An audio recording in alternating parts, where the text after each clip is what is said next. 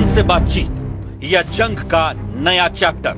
Lebanon की जमीन पर दशकों बाद जंग की ऐसी तस्वीर आई जब बंदूक और बातचीत एक साथ चल रही थी।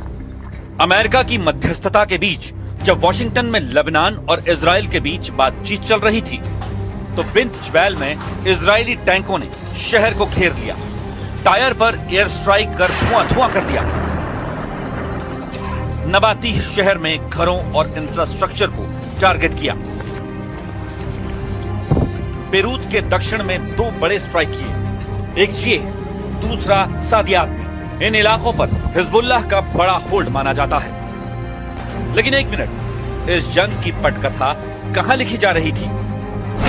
जंग की पूरी कहानी हिजबुल्लाह और इजराइल के बीच है। हिजबुल्लाह पर हमले हुए तो ईरान ने कड़े तेवर दिखाए और यहीं से ईरान इजराइल के सीधे टारगेट पर आ गया। ईरान बड़ा शिकार था तो इजराइल ने इस जंग में अमेरिका को शामिल किया। 40 दिन तक एक साथ युद्ध किया, लेकिन ईरान को काबू नहीं कर पाए, क्योंकि 960 घंटों की इस जंग में एक खिलाड़ी ने चुपचाप ईरान का हर सेकंड साथ दिया।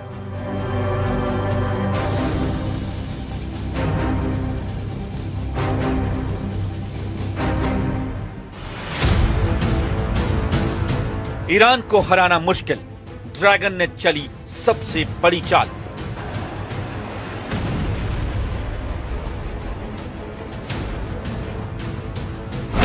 जिनपिंग की सैटेलाइट जासूसी ने पलट दी पूरी जंग।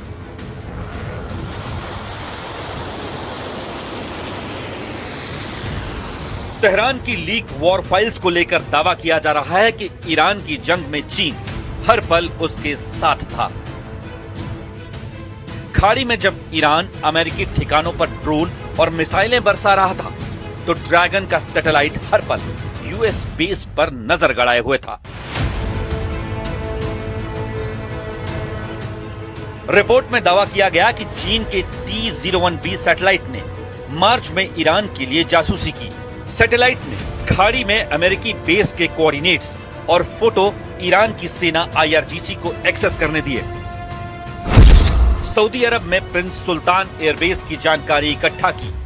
इसके अलावा जॉर्डन में मुफाक सॉल्टी एयरबेस, बहरीन में US 5th fleet base, Iraq में इरबिल एयरपोर्ट, कुवैत में अली अल समेन एयरबेस और कैंप ब्यूरिंग US बेस, ओमान में टुक्म हवाई अड्डे की जानकारी इकट्ठा की।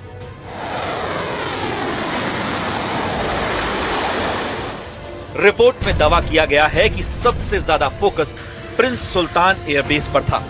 सैटेलाइट ने हमले से ठीक पहले और बाद की तस्वीरें IRGC को भेजी। इससे ईरान को सटीक हमले करने और नुकसान का आकलन करने में बड़ी मदद मिली। अमेरिकी इंटेलिजेंस अब इसे चीन का एक्टिव रोल बता रही है। हालांकि चीन ने इन आरोपों को खारिज किया है, लेकिन लीक डॉक्यूमेंट और ऑर्बिटल डेटा इस कहानी को मजबूत करते हैं। 中方认为，只有实现全面停火止战，才能从根本上为缓和海峡局势创造条件。中方敦促各方恪守停火安排，聚焦对话和谈大方向，以实际行动推动地区局势缓和。 इजराइल और ईरान की जंग की शुरुआत से ही कई ऐसी रिपोर्ट सामने आई जब चीन इस जंग में बैकडोर से शामिल दिखा। चीन ने जहां ईरान पर अमेरिकी हमलों की निंदा की, वहीं अंदर खाने मदद करता रहा। ट्रंप बार बार कहते दिखे कि अमेरिका ने ईरान की मिसाइल और सैन्य ताकत को घुटनों पर ला दिया, लेकिन तेहरान से हुए हमलों ने तेल अवीव तक धुआं कर दिया।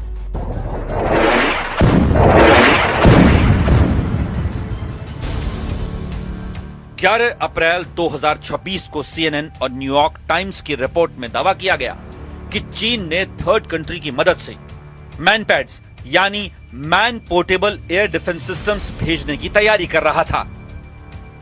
चीन से ईरान के जहाज में मिसाइल स्पेयर पार्ट्स और दूसरे हथियार भेजने की रिपोर्ट सामने आई। ईरान ने चीन की स्पाइस सैटेलाइट का इस्तेमाल US बेस को टारगेट करने के लिए किया। चीन की मिजार विजन, जिंगान टेक्नोलॉजी जैसी कंपनियों ने US फोर्स की खुफिया जानकारी बेची।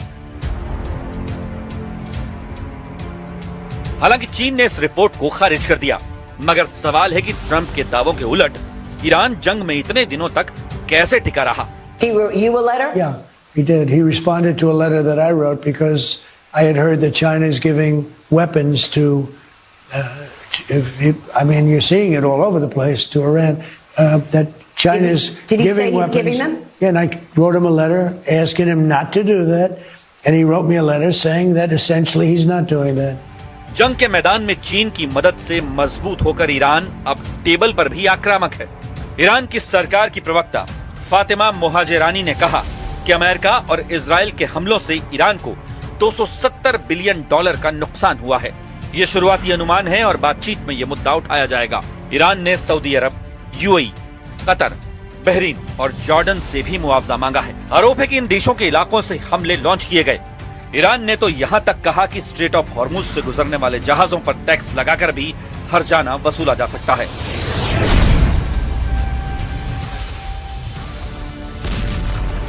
दूसरी तरफ अमेरिका दूसरे दौर की बातचीत की तैयारी कर रहा है। पाकिस्तान मध्यस्थता कर रहा है, लेकिन राष्ट्रपति ट्रंप ने साफ कहा है कि नाकेबंदी जारी रहेगी जब तक ईरान यूरेनियम एनरिचमेंट रोकने पर सहमत नहीं होता। और इस बीच चीन के सैटेलाइट वाले खुलासे ने ट्रंप को नई चिंता में डाल दिया है। דווח לי בפירוט, כפי שעושים אנשי הממשל הזה מדי יום, על התפתחות המשא ומתן. במקרה הזה, הפיצוץ במשא ומתן. הפיצוץ בא מהצד האמריקני שלא היה מוכן לסבול את ההפרה הבוטה של ההסכם לכניסה. उधर दूसरे मोर्चे पर इजराइल ने हिजबुल्लाह के खिलाफ जंग लड़ते हुए नया मोर्चा खोल दिया है। नेतन्याहू ने तुर्की के राष्ट्रपति रेचेप तैयब एर्दोआन पर सीधे आरोप लगाया कि वो अपने प्रॉक्सी के जरिए हिजबुल्लाह की जंग को भड़का रहे हैं, जबकि खुद अपने ही कुर्द नागरिकों का कत्लेआम कर रहे हैं।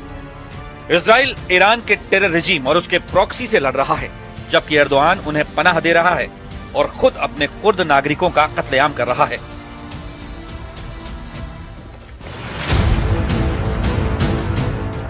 ये बयान ऐसे समय में आया जब लेबनान में जंग जारी है और तुर्की इजराइल को नया दुश्मन बता रहा है। नेतन्याहू ने साफ किया कि उनकी लीडरशिप में इजराइल ईरान और उसके प्रॉक्सी के खिलाफ लड़ाई जारी रखेगा। और इस सब के बीच युद्ध का सबसे नया और खतरनाक चैप्टर लिखा जा रहा है बीजिंग में।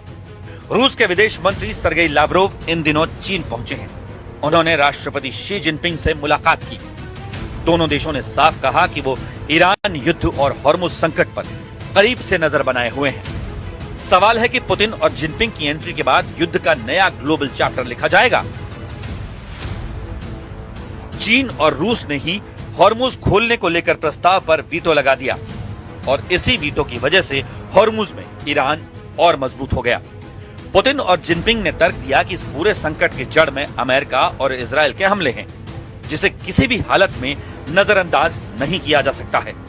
Господину председателю за эту встречу, что подчеркивает ваше личное внимание к развитию взаимовыгодных стратегических отношений с Российской Федерацией. तो सवाल है कि लेबनान में जंग का नया चैप्टर खुलेगा। चीन का सैटेलाइट जासूस ईरान को नई ताकत देगा या अमेरिका इजराइल इसे नया मोर्चा बना लेंगे। $270 बिलियन का हर्जाना, हॉर्मुज की नाकेबंदी और एर्दोआन नेतन्याहू की जुबानी जंग युद्ध को और भड़का देगी। क्या डिप्लोमेसी जीतेगी या ड्रैगन की चाल पूरे इलाके को नई आग में झोंक देगी?